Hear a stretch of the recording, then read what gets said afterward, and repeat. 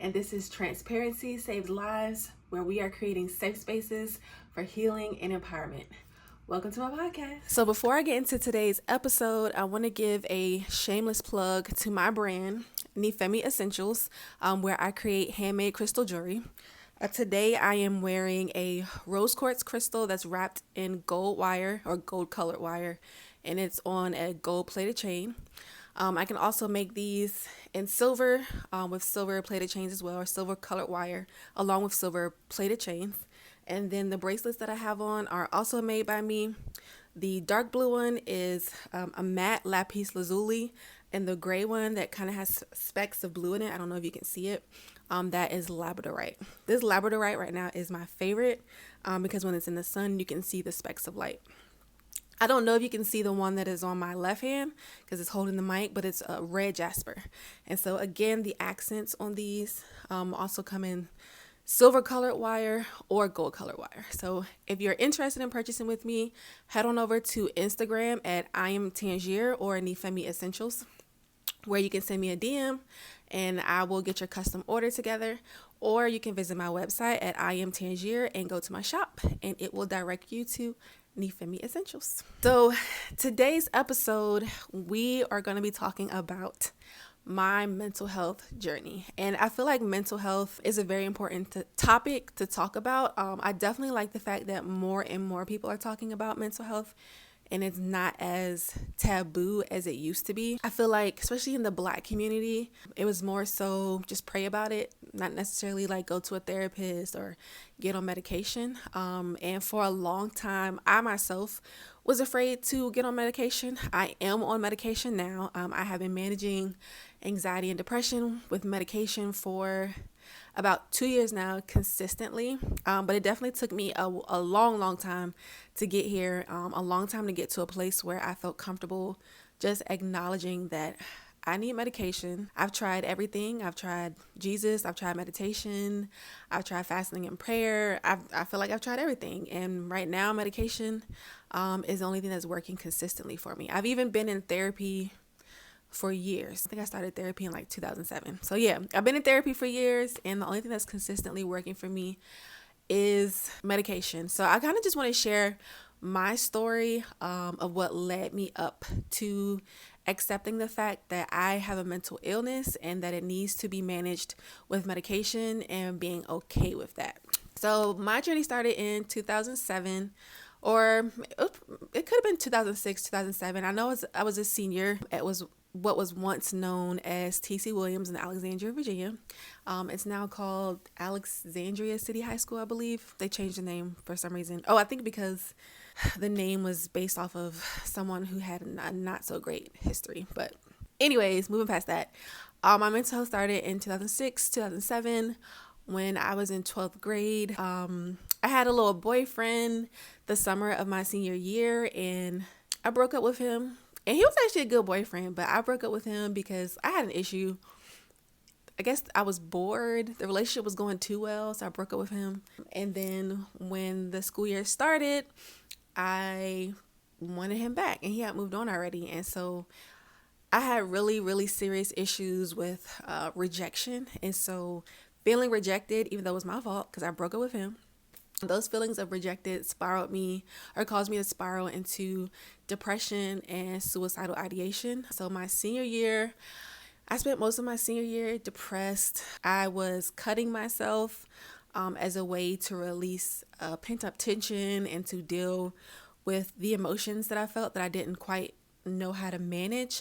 And honestly, I feel like my depression started before my senior year, because I remember, feeling down, what I call it, in 11th grade. And I remember like my family members would say like, oh, why do you always have an attitude, or you need to get your attitude together? And I just felt down. I just wasn't like myself or whatever. And I guess they translated that as being disrespectful. And so I believe my depression actually started in 11th grade, but it didn't become more apparent that I was actually dealing with depression until my 12th grade year. And thankfully my friends at the time, they dragged me to the school psychiatrist. Shout out to Miss Sadiq. She was my favorite person in 12th grade. And she really helped me get through my 12th grade year. I wasn't going to apply to college. I wasn't going to do anything because I was depressed. And she basically made me. She was like, no, you're going to apply. And so I applied to, I remember Hampton, Virginia State University, ODU, and Marymount. And I actually ended up going to Marymount my freshman year. Towards the end of my senior year, I did end up having to go to the hospital because when we had like computers that were given to us through the school, and I think I had sent an email, I don't know whether to myself or to my psychiatrist, where I mentioned the word suicide because I was having or dealing with suicidal ideation at the time. And so that got flagged by the school, and so they made my mom, take me to the hospital, or they were going to call CPS. CPS did call, but because I was 17, they were like, just take her to the hospital. She's about to turn 18 in a couple of months. Like, we're not going to do anything. Just, take her to the hospital, get checked out, whatever. I don't remember what that hospital visit was like. I was 17. But that hospital visit is going to become a key point later in life, and I will reference back to this hospital visit as I go throughout my story. So after that, when I went to college, my first year at Marymount, I continued to still have issues. I don't remember exactly what they were like, but I do remember that they were enough for me to see the school psychiatrist or school psychologist who prescribed me my first antidepressant. He described me 10 milligrams of Lexapro, and I remember I couldn't sleep from taking it. So I started taking it during the day. And like after about a couple of weeks, I was like, I don't need this medication anymore. Not realizing that I felt like I didn't need it because it was actually working. But that's 18-year-old brain for you, 18-year-old math. I also remember joining his like group therapy, which was very interesting. And then I transferred to Florida A&M University, and I stopped taking the medication. I didn't see a therapist while I was in school. Got really deep into like, my faith and Christianity. And that's kind of just how I managed for a while.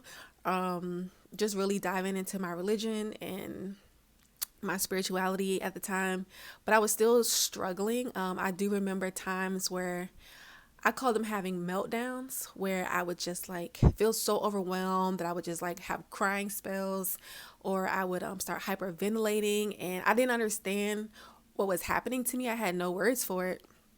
But I remember one time talking to my mom about what I was experiencing while I was in college or away at Florida A&M, and she was like, yeah, when I took you to the hospital back in 12th grade, they told me you had anxiety. And I was like, you didn't think to tell me that, important piece of information? Because, I was getting into like researching different things, and that's definitely something I would have researched at the time.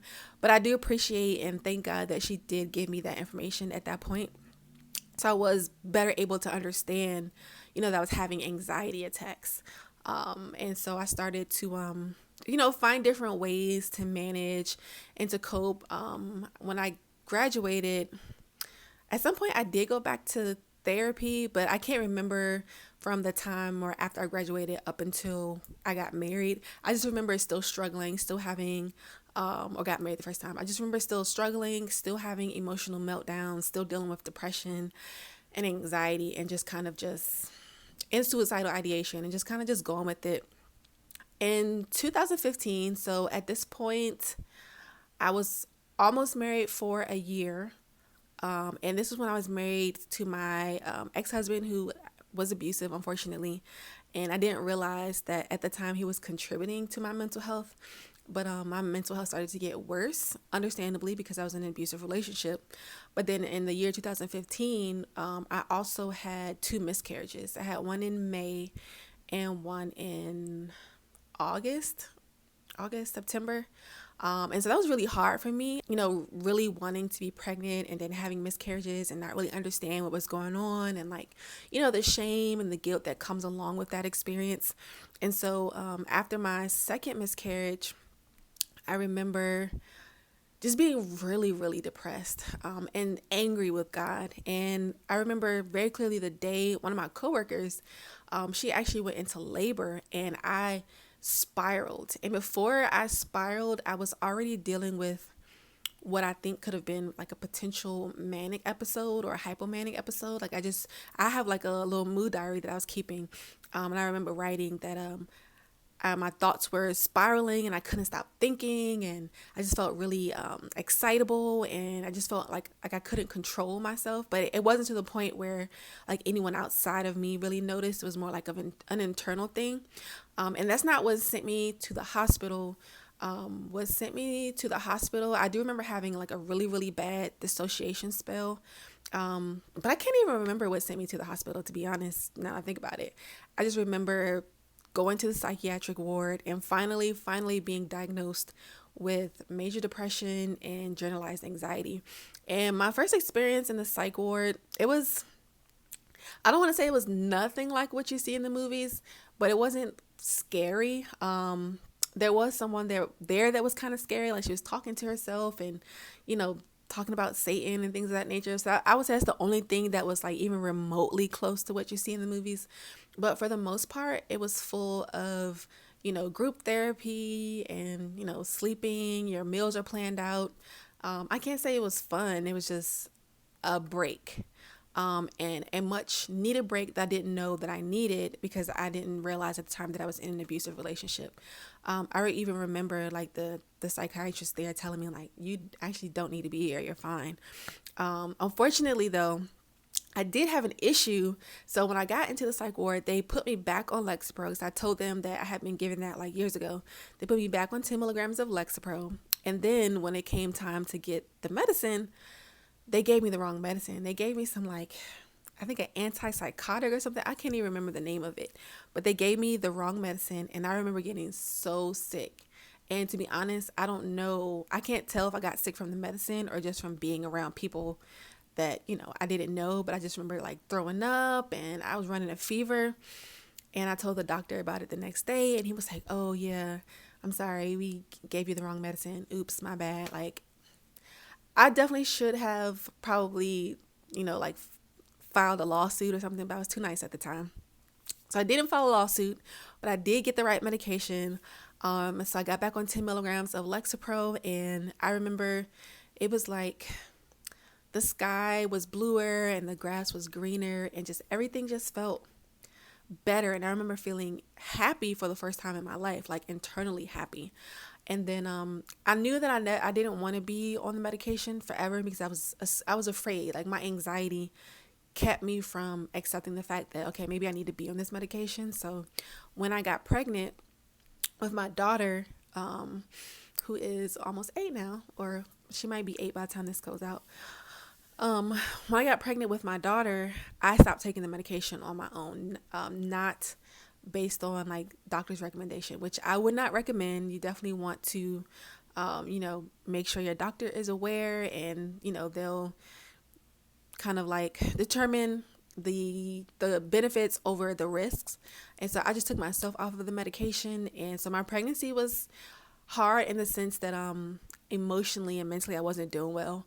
In my last trimester, I had to be readmitted to the hospital because I was suicidal again and overwhelmed. And again, I'm pretty sure being in an abusive relationship played a huge role in why I was so stressed and why I was mentally spiraling, but I didn't really quite understand that. And so they put me on Zoloft, and Zoloft made me legit suicidal. Like before, and like even now when I, think about suicide, it's more so like a suicidal ideation, where it's just like imagining what it would be like to not be here and to not be stressed and not to have to do certain things. But Zoloft made me be like, nah, this is it for me. Like, I'm done. Like, after I drop this baby, I'm going to, I remember saying to myself, like, I'm going to stop, taking my, what is it? I was on iron because my doctor told me that I had a risk of bleeding out. So I was like, I'm going to stop taking my iron pills, and whatever happens, happens. And so they took me off the Zoloft and put me back on the Lexapro, because they determined that it was safer. Like the benefits outweighed the risks of me being on Lexapro, since they don't really have any studies on Lexapro in pregnancy. So got back on Lexapro, was doing well, had my daughter, and I once again decided to take myself off of it because I didn't want her to be getting the medicine through my breast milk. Again, I would not recommend taking yourself off of your medication unless you are instructed by your doctor. And even then, you're supposed to wean off. And I can't remember if I weaned off or not, but I do remember experiencing those brain shocks that they talk about when you get off your medication. It wasn't painful. It just felt like you know how you get a cold chill and all of a sudden it just kind of felt like that. It was just really weird. So that happened in 2016. And then in 2017, I saw a psychiatrist for potentially having ADHD, which I do feel like I'm still undiagnosed with ADHD, but that particular psychiatrist at the time was just like, you could potentially have it. So let's put you on Wellbutrin, which can treat ADHD as well as depression. I didn't really notice a difference with my depression or with ADHD being on Wellbutrin. It was kind of like not taking anything. So again, took myself off of that medication. And then in 2018, I left my ex-husband once I really fully realized, at the end of 2017, I left my ex-husband.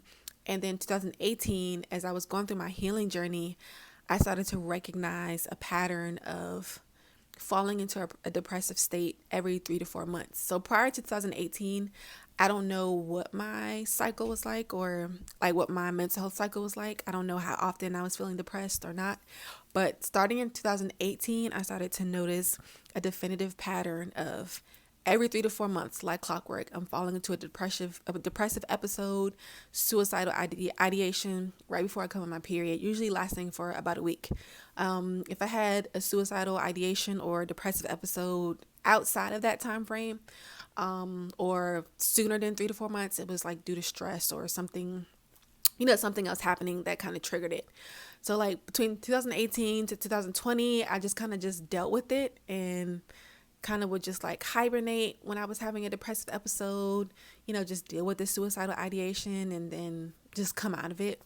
So I dealt with that wave for about 2 years. And then in 2020, 2020 was a very stressful year for everyone. So that's when I got back on medication because I was just like super stressed out with my job. And then, the Panasonic that was going on and just everything was uncertain. And it was really, really weighing on my mental health. So I got back on Lexapro since I knew that it had worked previously. And then I started having heart palpitations. So I got off of that. And then I tried Cymbalta, which is also known as duloxetine, which is the generic version of duloxetine. I absolutely love that medication. Like, I felt so good on that medication. However, I couldn't sleep. I would even listen to my sleep meditations and I would like drift off into sleep, but then wake up. So I would never go into REM sleep and I just couldn't live like that. And then it also made my chest hurt. So I couldn't continue to take that, even though I felt really good on that medicine. And then I tried Buspar, and that just made me super irritable. And I hated feeling like angry and irritable. So I took myself off of that medication. And I was just like, I don't know what else to take at this point. So I'm just not going to take anything. And then fast forward 2 more years. So I dealt another 2 years with just the cycles of, falling into depression and suicidal ideation every 3 to 4 months. I was still in therapy at this time, thank God. And in 2022, I reached out to another psychiatrist because I was at my breaking point. This is when I realized that I need help and I can no longer manage this on my own. And I need to treat this as a mental illness and stop playing with my health. I just felt like if I don't get the help that I need, I am going to take my life. That's the lowest, that's the low point that I was at that moment. And I also realized too that if I had diabetes, I would take my medication. So, it's called mental illness for a reason. And so, I feel like the word mental illness definitely comes with a stigma that no one wants to carry. But for me, it was important to acknowledge that I have a mental illness because, I have been through years of trying to manage it on my own without medication, off and on, and I just couldn't do it. So for me, it was important for me to acknowledge that I had a mental illness so that I would treat it as such and get the help that I needed.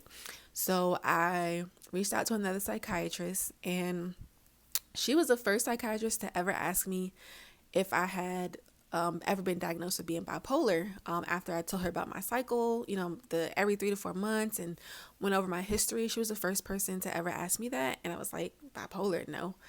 Never dawned on me. Never even considered it. I did know or felt like I didn't quite fit the criteria for major depression, because in order to qualify for major depression, you have to have a depressive episode for at least 2 weeks straight. And my depressive episodes never lasted 2 weeks. They were about maybe 1 week at the most. So I never felt like that quite fit, but I didn't have anything else to describe it. And at the time, bipolar didn't seem to fit for me. And I told her about my, like, all the different medications I've tried. And I told her about how Lexapro gave me heart palpitations. So I wanted to try something different. And she put me on Paxil. And Paxil, oh my God, I felt so good on Paxil. And I didn't realize that. So Paxil is an SNRI, was a serotonin norepinephrine reuptake inhibitor, long word. And then Lexapro is an SSRI. I can't remember what that stands for.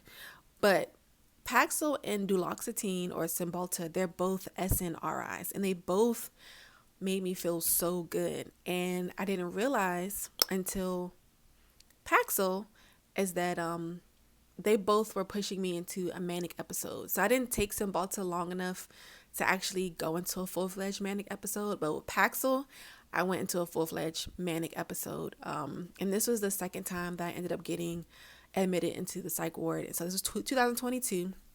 I have been taking Paxil for a couple of months, but not consistently. And so at this point, I was taking, just doing whatever. So at this point, I was taking Paxil for 2 weeks consistently. And then one night, I was still feeling depressed, but I couldn't sleep. And I don't know, I was pacing the floor. I was thinking about, all the things I wanted to do, jump out the window. Like, I was thinking about all these different things. And at the time, me and my husband, well, he was my fiance at the time, we had just moved into our apartment, and they didn't have screens in the windows, or in some of the windows. And one of the screens in my daughter's window was missing. And so I was going to go in her room and just, like, sit in the windowsill and contemplate jumping out the window. And I know it was nobody but God, but as soon as I went in my daughter's room, she immediately woke up. And she was like, "Mommy, what are you doing in here?" And so, of course I left. I'm not trying to traumatize my daughter. So I left. But I started to realize that, like, something was very wrong, because I could not sit still. I could not go to sleep. My brain was like, it was racing. So, like, my husband and my daughter were asleep. I got in the car, called my mom, and I was just like, "I'm not okay. Something is wrong. I'm coming to your house." And I remember as I was driving to her house, there was, like, this big truck behind me, and my brain convinced me that, like, the truck was following me, and it was, like, trying to check. I was scared. I was literally scared of this truck that was behind me. So I didn't realize that, like, there was, like, a psychotic element to the manic episode that I was having. And so, long story short, I told my mom, how I was feeling, and she asked me, like, "Do you think you need to go to the hospital?" So we went to the hospital, and they convinced me to admit myself. And I was admitted into the hospital for a week. And it was, again, the break that I needed and the readjustment that I needed, not because of things that were going on at home, but just more so for me to, like, really do some inner work and realize what I needed to change in my life. Work was stressing me out. I wasn't really happy with my job. And stress is a huge mental health trigger, not just for me, but for, a lot of people. And so at the psychiatric ward, this was, like, nothing like my first experience. It was actually very pleasant. We played games. We went outside and shot basketball. It was very relaxing. And I met some really cool people while I was in the psych ward, and we actually stayed in touch when we left. Unfortunately, one of them did end up committing suicide a few months after we got out, and it was devastating to know that we were, in the psych ward together, and, laughing and playing games and, like, just talking about different things, and to have someone that I knew even just for 5 days commit suicide, that was very impactful to me. It was heartbreaking, actually. And I ended up going to his funeral. And it's just the saddest thing ever. So, like, if you are watching this and, you are having suicidal thoughts or suicidal ideation, or you have a plan to carry it out, please, call the suicide hotline. I'm going to put it down at the bottom. Reach out to someone. I'm sure there's someone out there who wants to see you win. And even if you feel alone in this world and you don't have a village or a support system, just know that I want to see you win. And my inbox is open if you're having a rough time and you just need someone to talk to and need someone that can give you an encouraging word. I'm here for you. So when I got out of the hospital, unfortunately, the psychiatrist that I was working with, who, threw around the idea of me possibly being bipolar or wondering if I had ever been diagnosed, she left the practice. And so I had to find a new psychiatrist who ended up being a nurse practitioner.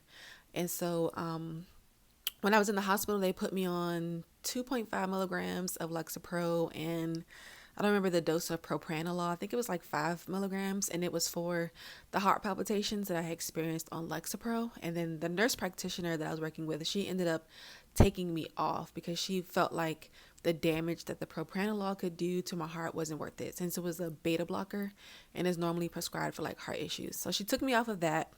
I really liked her, but then she ended up leaving the practice. And so I had a new nurse practitioner, and she was okay. I just stayed with her because I needed someone to prescribe my medication, and I wanted to make sure that, I stayed consistent with it this time. But unfortunately, that particular office didn't let me know that when I switched insurances, my insurance was not covering my visits. So yeah, I had to drop them. And then I found the nurse practitioner that I'm working with now.